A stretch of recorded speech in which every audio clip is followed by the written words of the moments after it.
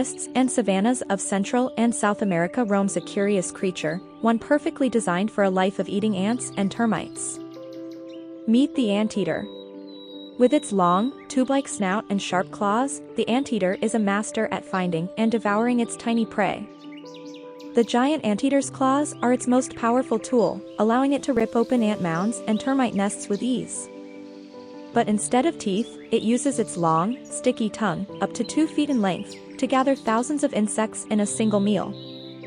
An anteater's tongue can flick in and out up to 150 times per minute, making quick work of its meal before moving on.